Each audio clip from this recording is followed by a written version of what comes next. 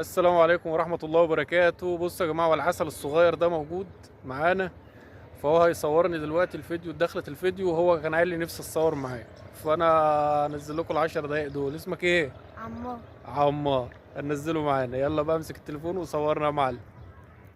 دوست يا معلم. اه طيب، السلام عليكم اخواتي وحبايبي ومحبين الصيد في كل مكان. قرب شويه يا عمار عشان الصوت يطلع معاك.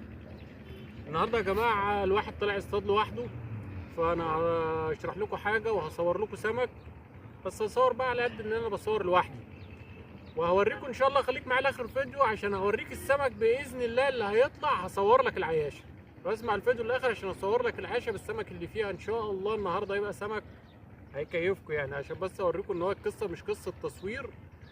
هو ايدك والعدسه يا عمار، ايوه صباعك ده، عشان القصه مش قصه تصوير يا جماعه. القصه كلها ان تتعلم حاجه عشان تعرف تصطاد.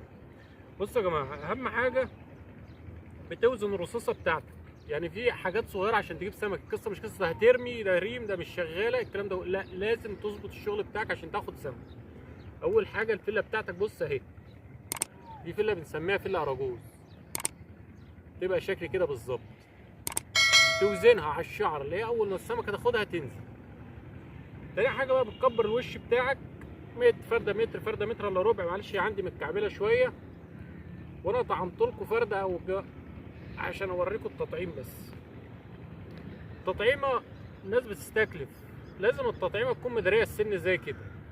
خلي نص على السن ونص على الخيط من فوق بحيث انها تداري السن، ما تبقاش متكتله ومتكببه تحت كده، واخده بقى نص السن من تحت ونص السن من فوق باين، وترمي وتقول هتجيب، مش هتجيب.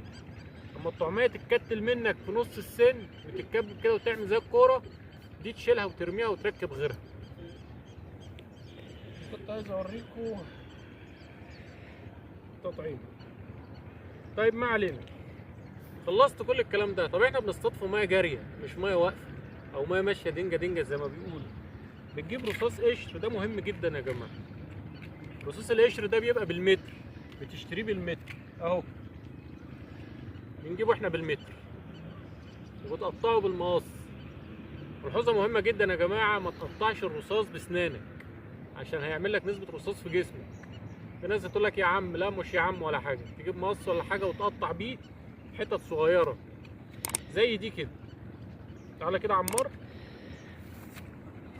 اهي حتت صغيره زي دي، وبتجيب السن تحت السن ب 10 سم بالظبط، يعني السن اهو، وبتقوم جاي مطبق حته رصاص القشر دي عليها اهي زي كده، طبقها جامد وتديها كمان سن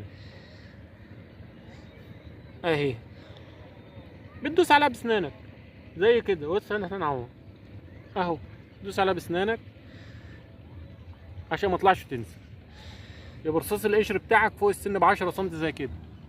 الحاجات دي ملاحظ مهمه. ارجع شويه يا عمار، انا مش مقتنع بتصويرك بصراحه. معلش يا جماعه، طفل صغير انا. يا جماعه الملاحظ دي مهمه جدا عشان تجيب سمك ما تستهترش بيها. عشان تاخد سمك لازم تعمل الحاجات اللي بقول لك عليها دي كلها. يلا كده نبتدي الفيديو، وان شاء الله هصور لك سمك برضو، وفي اخر الفيديو هصور لك العياشه. يلا كده نبتدي الفيديو ونشوف ربنا يكرمنا. يلا اقفل يا عم. اهو يا جماعه بالصلاه على النبي اهو، وان شاء الله هصور لكم العياشه يعني ما هيقع اهو. الصلاه على النبي، الصلاه على النبي.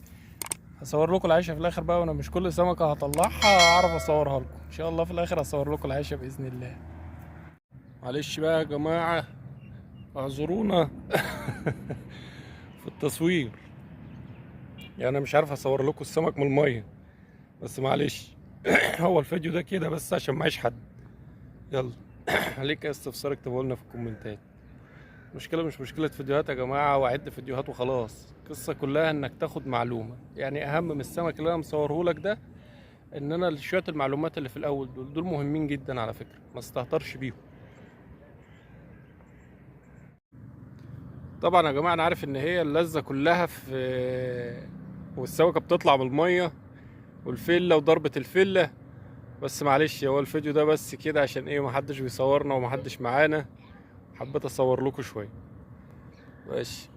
يلا ليك استفسار اكتبها لنا في الكومنتات. يلا يومكم ابيض. لسه ما عملتش لايك يا عم، اعمل لنا لايك يعني. يلا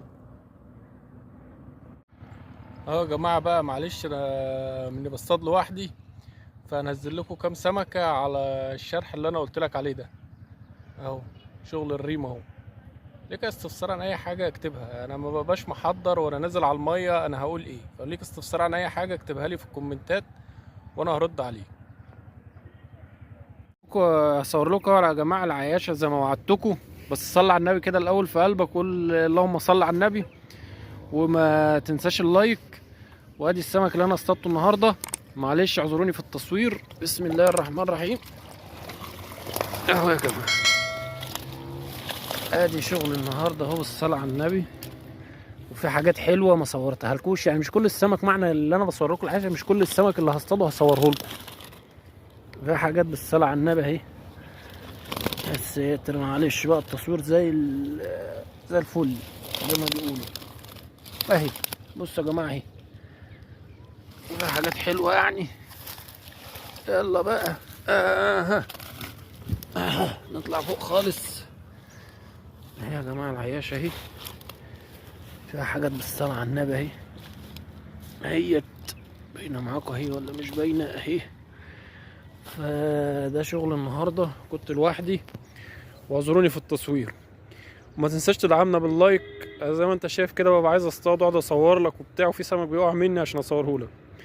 يلا لو ليك اي استفسار اكتبه لي في الكومنتات وانا تحت امرك. يلا سلام عليكم.